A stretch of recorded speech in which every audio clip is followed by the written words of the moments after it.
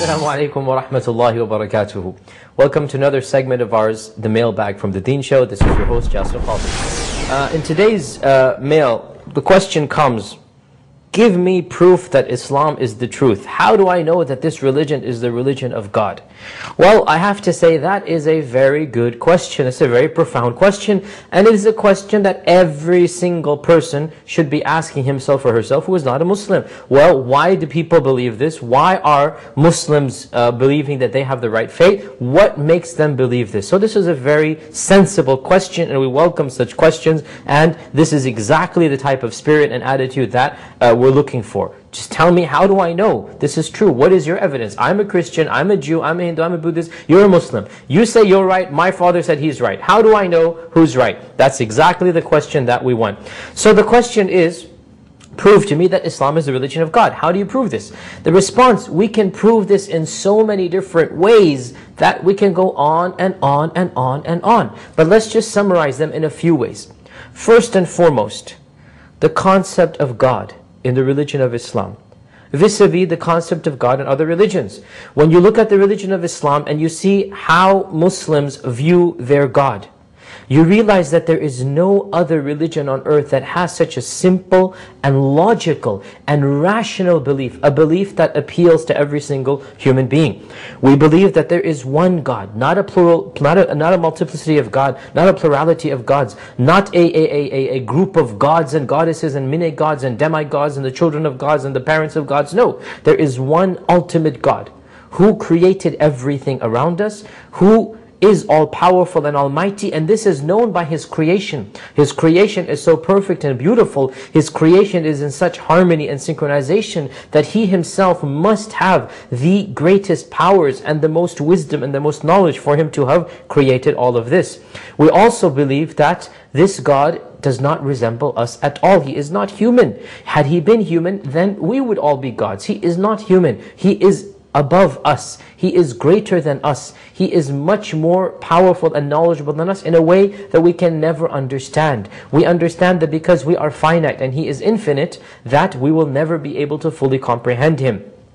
We also believe that this God is so perfect and beautiful that He is worthy of being worshipped because of who He is, because of His mercy, because of His love, because of His knowledge, because of His power. The greatest thing that we can do is to worship Him. And that is exactly what our religion tells us. Our holy book, the Quran, says that God speaks and He says, the only reason I have created you is so that you may worship me. I don't want anything from you. I don't even need your worship. But if you worship me, this will be for your own good. And this is exactly what we believe as Muslims, that God does not need anything.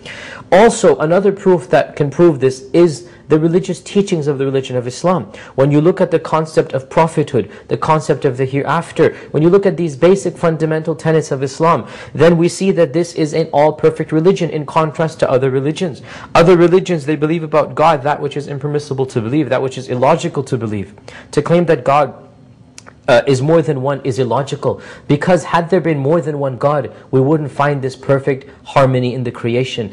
The very synchronization of the world around us, the perfect blend of everything around us shows that there is one God at work. Had there been a multiplicity of gods, a plurality of gods, then each God would be fighting with the other God. Each God would show destruction and chaos to the other God, and we don't see this in the world around us. Also, the fact that other religions teach that some religions deny prophets, others affirm them.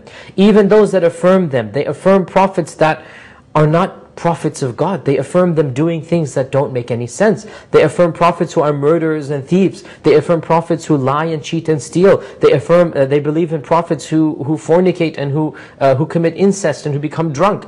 And that is something that if your own friend were to do it, you would cut yourself off from him. How about if you ascribe this to the Prophet of God? So we believe that the prophets of God are the most perfect of men. They don't commit such major and evil and heinous deeds and crimes. They are righteous and noble and holy people. people, and they come with the best teachings of God, and that is exactly what our religion tells us.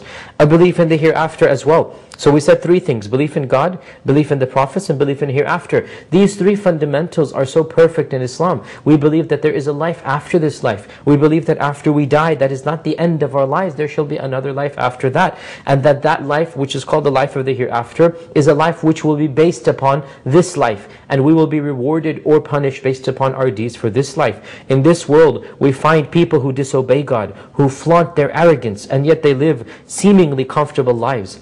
And we also find those who are worshippers of God and they live very difficult lives. How is this possible that a person who worships God lives a difficult life, and a person who disobeys God seems to live an easy life, and then in the hereafter there is no hereafter, or they shall be treated the same? Such is not the case. Those who worship God and believe in Him will be rewarded, and those who deny God and belie Him and basically flout all of the commandments, they shall be punished because of their deeds. And this is rational, logical, common sense. And there are many other proofs as well for the teachings of Islam, but I suffice with these three: belief in God, belief in the prophets, and belief in the hereafter. If you think about these three pillars and understand them in Islam, some religions deny the other three, and others affirm some and deny others or distort them. When you compare these three basic teachings, they will appeal to your inner innate sense, because God created you with common sense. God created you with an intellect and mind. And when you study Islam, you find that your intellect and mind and your common sense, they all mesh, they all merge,